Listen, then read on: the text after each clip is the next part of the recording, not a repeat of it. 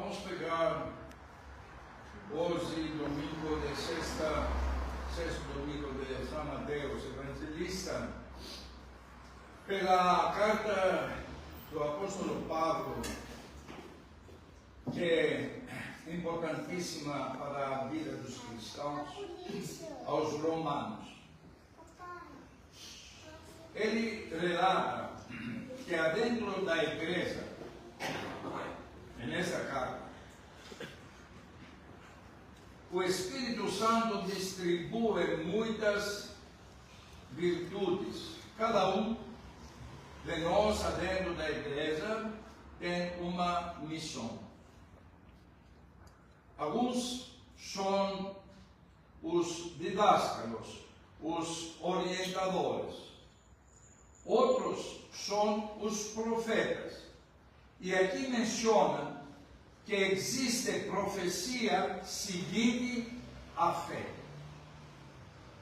Não pode ser um que relata as mensagens que profetiza o que o Espírito Santo revela. E isso acontece várias vezes.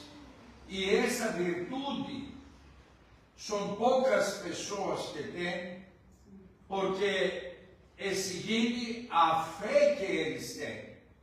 Quando Deus revela uma coisa que vai acontecer, não é para se orgulhar, não é para você se assar, é porque Deus quer que você seja um mensageiro especial. Por isso o apóstolo Paulo fala claramente que o dom da profecia vai seguir a sua fé. E os outros dons? Tem aqueles que pregam a palavra, tem a inspiração do Espírito Santo, mas é uma menor, um dom menor. Existe a virtude que Deus deu para ser hóspede, para você não hóspede, filóxenos, hospedeiro. Essa filoxenia, essa hospedagem, você tem que fazer com amor. É uma missão dentro da igreja. Quantas vezes vem pedindo da igreja ajuda?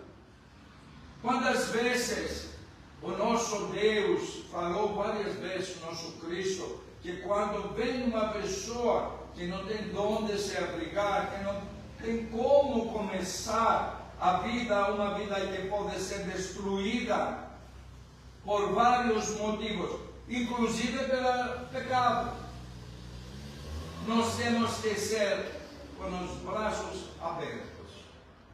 E tudo isso temos que fazer com hilarótica, com a alegria.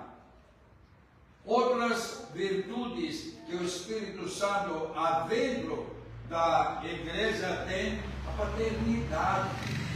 Os padres, especialmente os bispos, que passam para os padres a divina graça, que antigamente os padres eram apenas nos primeiros séculos, nos 2, 3 séculos, eram auxiliares, administrativos, não tinham poder de refazer a divina liturgia. Mas os apóstolos Paulo se reuniram numa sínodo, numa convocação, e eles decidiram por quê? Porque o bispo tinha várias paróquias. Então celebrava em cada paróquia uma vez por domingo. Então existiam paróquias que não poderiam ter 2 meses, 3 meses, não poderiam ter a divina liturgia. Por isso, por necessidade, os bispos, os apóstolos, permitiram para distribuir a divina graça pelos presbíteros, que eram conselheiros do bispo e agora viraram liturgistas. Por isso, o sacerdote tem que ser perfeito liturgista, porque mexe com o corpo de Cristo, mexe com a divina liturgia, mexe com a divinidade, mexe com a Santa Messa, com o corpo de Cristo. Por isso, ele tem que ser preparado espiritualmente, com coração quebrado, sem egoísmo, sem orgulho, para ele poder receber a divina graça e transformar o pão e o vinho em corpo e sangue de Cristo. Que a dinâmica não é do padre, a dinâmica, o absoluto sacerdócio é do bispo. Por isso, sacerdote que não nomeia o bispo na liturgia divina, a liturgia dele é anulada, não tem valor.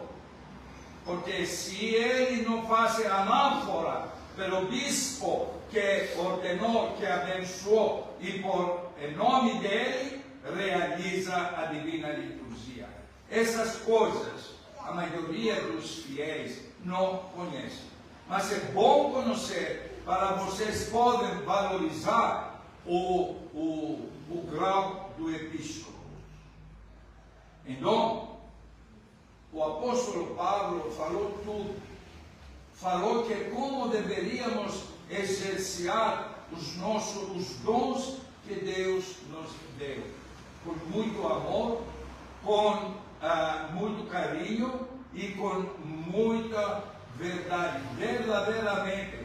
Não adianta imitar, não adianta copiar, não adianta orgulhar, não adianta nada. Porque a missão que você recebeu, o Espírito Santo realizará dentro da igreja, qualquer mínima função que você tem, se não é seguir a sua boa vontade, não vira bênção. E no final, ele não funciona. É como um pólvora que não explode porque não chegou o pavio para explodir a pólvora. Então, e ele falou no final para os romanos e por meio dos romanos para todos nós, que tudo que você faz em nome do Senhor, faça com pleno coração, com todo o seu coração. Não seja miserável e não colocas intenções na hora que você oferece para o seu irmão da igreja, oferece a sua ajuda, o seu dom e a sua ajuda. E isto é o valor que tem as bênçãos e as virtudes que o Espírito Santo distribui. Obrigatoriamente, novamente, eu vou começar a partir de hoje as aulas, algumas aulas para esclarecer, depois da liturgia via internet, para esclarecer algumas coisas, porque estamos muito afastados, todos os cristãos, todos, muito afastados da realidade. Estamos fazendo brincadeira, brigamos com Deus. Estamos fazendo coisas erradas que não estão escritas dentro da Bíblia, que não estão orientações do nosso Senhor e de Deus. E por isso, vou chamar a atenção. Vou explicar mais uma vez com detalhes agora o que deve fazer a pessoa para ser salva e para ser adentro do pensamento e da vontade de Deus. Eu, depois da liturgia, vou descansar um pouco e vou começar algumas aulas para mostrar a realidade do cristianismo no século XXI.